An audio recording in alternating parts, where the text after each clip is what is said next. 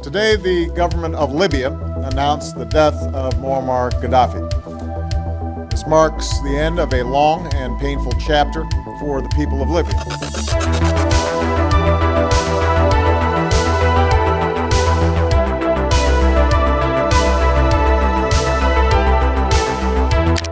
Bayangkan satu nama yang ketika disebut membuat Gedung Putih, tegang, dan Pentagon siaga. Muammar Gaddafi. Selama lebih dari 4 dekade, ia bukan sekadar pemimpin Libya. Ia adalah masalah bagi Amerika Serikat. Ia menutup pangkalan militer AS. Ia mengambil alih minyak dari perusahaan barat. Ia berbicara tentang dunia tanpa dolar. Saat dunia masih tunduk padanya. Di mata Washington, Gaddafi adalah diktator tak terkendali, musuh stabilitas ancaman global. Tapi di Afrika dan dunia Arab, ia sering dipuja sebagai simbol perlawanan. Pemimpin yang berani menantang hegemoni Amerika tanpa meminta izin. Melawan kekuatan terbesar di dunia.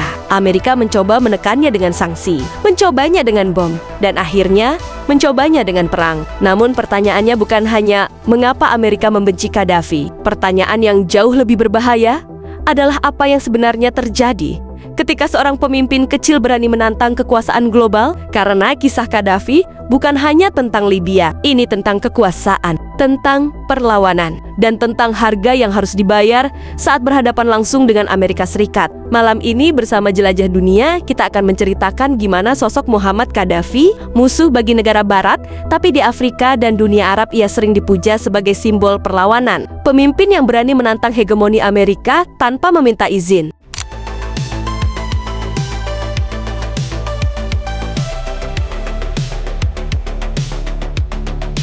Ia tidak lahir di istana, tidak dibesarkan di balik tembok kekuasaan. Muammar Muhammad Abu Minyar al-Gaddafi lahir dari pasir, angin, dan kesunyian. Tahun 1942, di sebuah tenda sederhana di dekat Qasr Abu Hadi, wilayah pedalaman Libya, ayahnya seorang penggembala unta, ibunya perempuan Badui yang hidup berpindah-pindah. Tak ada listrik, tak ada peta masa depan, hanya padang pasir luas, keras, dan kejam. Disinilah Gaddafi kecil tumbuh. Lingkungan yang mengajarkan satu hal sejak dini yang bertahan hidup adalah yang paling keras kepala. Sebagai anak suku Badui Kadadva, Gaddafi hidup di luar sistem elit kota. Ia menyaksikan langsung bagaimana rakyat Libya hidup miskin. Sementara kekayaan negaranya dikuras oleh raja dan kepentingan asing. Libya saat itu bukan negara merdeka sepenuhnya. Ia adalah bayangan dari kolonialisme Italia. Lalu berubah menjadi kerajaan yang tunduk pada barat. Dan di kepala Gaddafi muda, satu kebencian mulai tumbuh pelan-pelan. Kebencian terhadap dominasi asing. Ia membaca tentang Gamal Abdel Nasser, tentang nasionalisme Arab, tentang dunia Arab yang bangkit melawan Barat. Bagi Gaddafi, Nasser bukan sekadar pemimpin Mesir. Ia adalah simbol perlawanan. Dan sejak saat itu, Gaddafi punya mimpi terlalu besar untuk anak penggembala unta. Ia tidak ingin sekadar keluar dari kemiskinan. Ia ingin mengguncang sejarah. Padang pasir membentuk karakternya sunyi, tapi meledak. Sabar tapi brutal, religius tapi politis, idealis tapi kejam. Dan dari pasir inilah lahir seorang pria yang kelak akan membuat dunia bertanya, apakah ia pahlawan revolusi?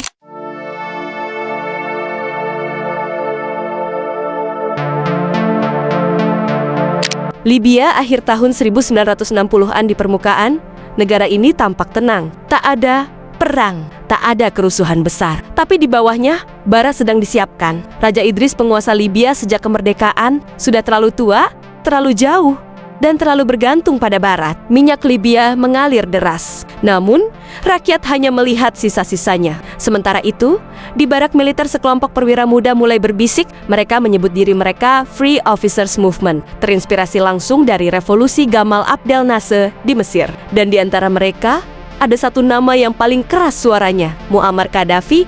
Ia masih 27 tahun, tidak punya pangkat tinggi, tidak punya keluarga berpengaruh. Yang ia punya hanya keyakinan fanatik dan rencana dingin. Tanggal 1 September tahun 1969, Raja Idris sedang berada di luar negeri, sebuah celah yang dimanfaatkan sempurna. Dalam satu malam, stasiun radio dikuasai istana kerajaan dikepung. Titik-titik strategis diamankan, tak ada tembakan besar. Tak ada perlawanan berarti, tak ada darah di jalanan. Revolusi ini dilakukan sebelum rakyat sempat bangun tidur. Pagi harinya, suara baru mengudara di radio nasional. Bukan suara raja, bukan suara politisi tua. Itu suara perwira muda, tegas, tanpa ragu. Libya sekarang adalah Republik Arab Libya. Monarki resmi berakhir. Raja Idris tidak pernah kembali ke tahtanya. Ia jatuh tanpa perang, tanpa mahkota pecah, tanpa satu peluru pun diarahkan ke dirinya. Inilah yang membuat kudeta ini berbeda. Bukan karena kekerasannya, tapi karena kecepatannya. Dan di balik layar, Gaddafi segera bergerak membekukan konstitusi lama, mengusir pangkalan militer AS dan Inggris, menasionalisasi sumber daya minyak. Dunia terkejut, rakyat Libya berharap anak padang pasir itu kini duduk di pusat kekuasaan. Tapi satu pertanyaan mulai muncul pelan-pelan. Jika kekuasaan direbut tanpa darah, apakah ia akan dipertahankan tanpa darah juga?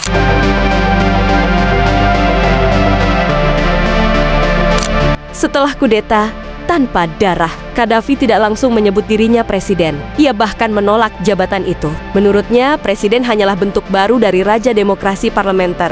Bagi Gaddafi, itu cuma kedok kekuasaan elit. Maka ia menawarkan sesuatu yang katanya revolusioner Jamahiriyah. Dalam bahasa Arab, Jamahiriyah berarti negara massa, negara rakyat banyak. Sistem ini, kata Gaddafi, akan menghapus presiden, parlemen, partai politik. Sebagai gantinya, kekuasaan diklaim berada di tangan Komite Rakyat, Kongres Rakyat, dan Dewan Revolusi. Di atas kertas, ini terdengar utopis. Rakyat langsung memerintah dirinya sendiri.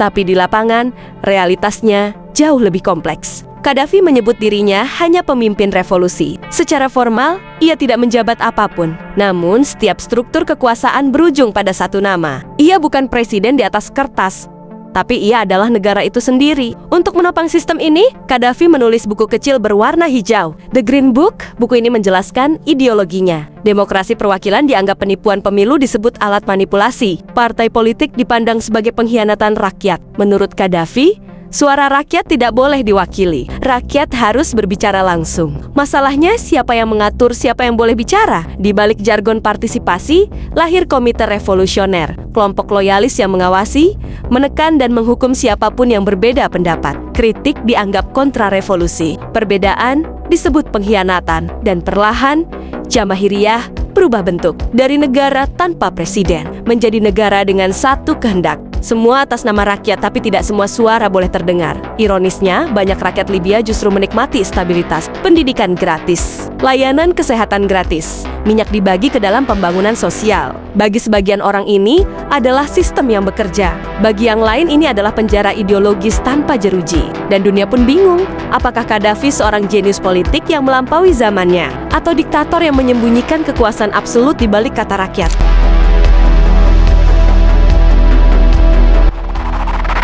Di mata barat, Muammar Gaddafi bukan sekadar pemimpin eksentrik. Ia adalah ancaman, bukan hanya karena senjatanya, tapi karena gagasannya.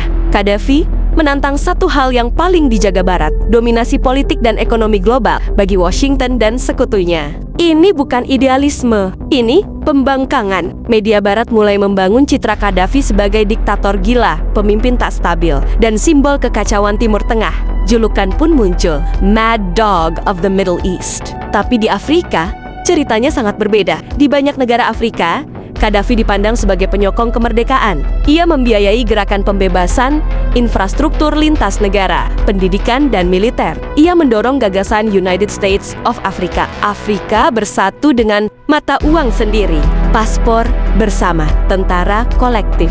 Gaddafi ingin Afrika berhenti jadi halaman belakang dunia. Ia menjadi salah satu pendiri dan donatur terbesar Uni Afrika. Banyak pemimpin Afrika melihatnya bukan sebagai diktator, tapi sebagai pelindung kedaulatan. Kontradiksi ini membuat Gaddafi unik. Satu orang, dua citra. Di barat, musuh peradaban. Di Afrika, simbol perlawanan. Dan Gaddafi sadar betul akan hal itu. Ia memainkan panggung global dengan provokasi, pakaian eksentrik, pidato panjang, bahasa yang menusuk barat tanpa basa-basi. Ia tidak ingin dicintai oleh semua orang. Ia ingin ditakuti oleh yang berkuasa. Namun sikap ini ada harganya. Semakin keras ia melawan, semakin kuat tekanan datang. Sanksi ekonomi, isolasi diplomatik, dan tuduhan internasional yang menumpuk. Gaddafi berdiri di persimpangan sejarah antara pahlawan bagi Afrika dan musuh permanen bagi Barat. Dan ketika dunia mulai berubah, posisi itu menjadi semakin berbahaya.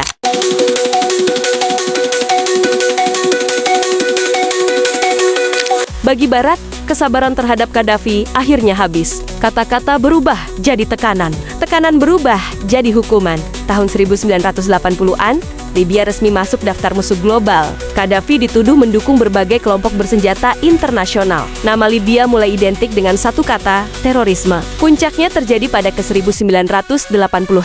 Amerika Serikat di bawah Presiden Ronald Reagan melancarkan serangan udara ke Tripoli dan Benghazi. Bom jatuh di jantung ibu kota. Salah satu yang tewas adalah putri angkat Gaddafi. Bagi Gaddafi, ini bukan sekadar serangan militer. Ini pesan langsung. Kau target. Sejak saat itu, konflik menjadi personal. Libya dibungkus sanksi internasional. Ekonomi dicekik. Penerbangan internasional diblokir. Investasi asing dihentikan. Rakyat Libya mulai merasakan dampaknya. Obat langka.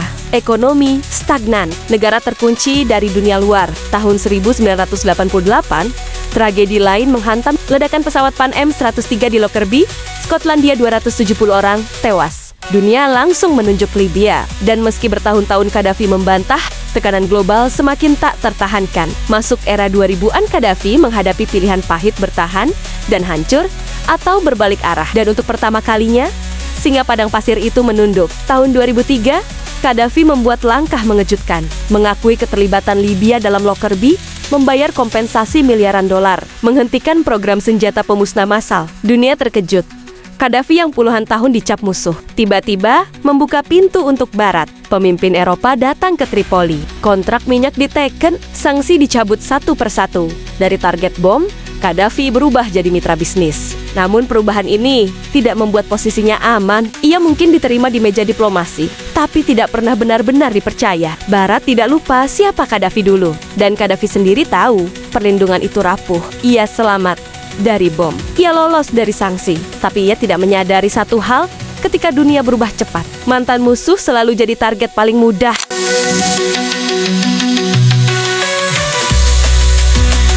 Tahun 2011, angin perubahan bertiup dari satu negeri ke negeri lain. Dari Tunisia ke Mesir, lalu menyebar ke seluruh dunia Arab. Awalnya bukan tentang revolusi besar, hanya kemarahan kecil, harga makanan mahal, pengangguran, dan generasi muda yang kehabisan harapan. Libya tidak kebal. Di kota-kota timur seperti Benghazi, aksi protes mulai muncul. Awalnya, damai, spanduk, teriakan, tuntutan reformasi, tapi bagi Gaddafi ini bukan sekadar protes. Ini bukan suara rakyat. Katanya, ini konspirasi. Dalam pidato yang kini jadi sejarah, Gaddafi berbicara dengan nada marah dan penuh paranoia. Ia menyebut para demonstran sebagai pengkhianat, pecandu narkoba, agen asing. Ia bersumpah akan bertahan sampai tetes darah terakhir. Dan saat itulah segalanya berubah. Militer dikerahkan, tank bergerak, bentrok meledak di berbagai kota. Libya, yang puluhan tahun relatif stabil, tiba-tiba berubah jadi medan perang. Media internasional bergerak cepat. Narasi tunggal dibentuk. Gaddafi dituduh membantai rakyatnya sendiri. Gambar-gambar korban sipil menyebar ke seluruh dunia. Tekanan internasional naik drastis. PBB turun tangan. Resolusi disahkan. Dalihnya jelas melindungi warga sipil. Namun yang datang bukan pasukan penjaga perdamaian. Yang datang adalah NATO. Langit Libya dipenuhi jet tempur. Targetnya bukan hanya tank, tapi juga pusat komando, gudang senjata, dan infrastruktur negara. Operasi perlindungan berubah jadi operasi penggulingan. Pemberontak di darat mendapat dukungan udara. Keseimbangan kekuatan runtuh. Satu persatu kota jatuh. Tripoli akhirnya dikuasai. Gaddafi, yang dulu tak tergoyahkan, kini buronan di negaranya sendiri. Dan di titik ini, revolusi tak lagi soal demokrasi atau kebebasan. Ini sudah berubah jadi satu tujuan sederhana. Gaddafi harus jatuh. Arab Spring yang awalnya dijanjikan sebagai musim semi, bagi Libya justru menjadi awal dari musim kehancuran.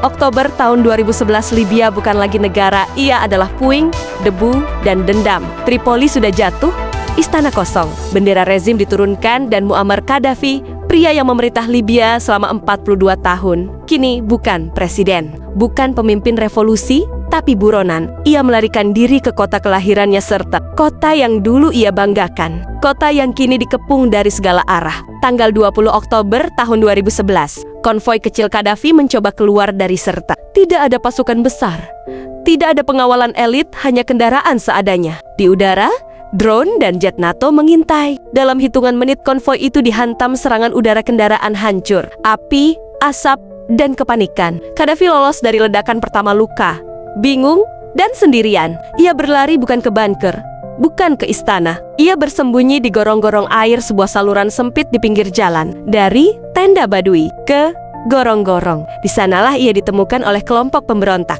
Bukan pengadilan, bukan penangkapan resmi. Tidak ada protokol. Yang ada hanyalah kamera ponsel dan amarah yang sudah lama dipendam. Video merekam detik-detik terakhirnya. Qaddafi diseret keluar dipukuli. Ia masih hidup, masih bernapas, masih mencoba bicara. Lalu sebuah tembakan dilepaskan. Tidak jelas siapa yang menarik pelatuk. Tidak ada investigasi tuntas. Tidak ada keadilan hukum. Muammar Qaddafi mati di jalanan.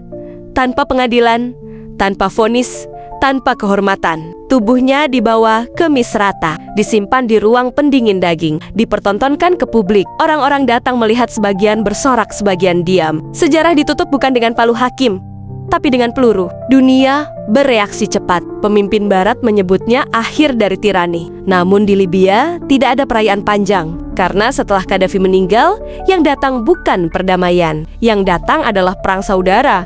Milisi bersenjata negara tanpa kendali. Libya hancur bukan saat Qaddafi berkuasa, tapi setelah ia tumbang. Dan sampai hari ini, satu pertanyaan masih menggantung. Apakah kematian Qaddafi adalah kemenangan rakyat atau awal dari kehancuran sebuah negara?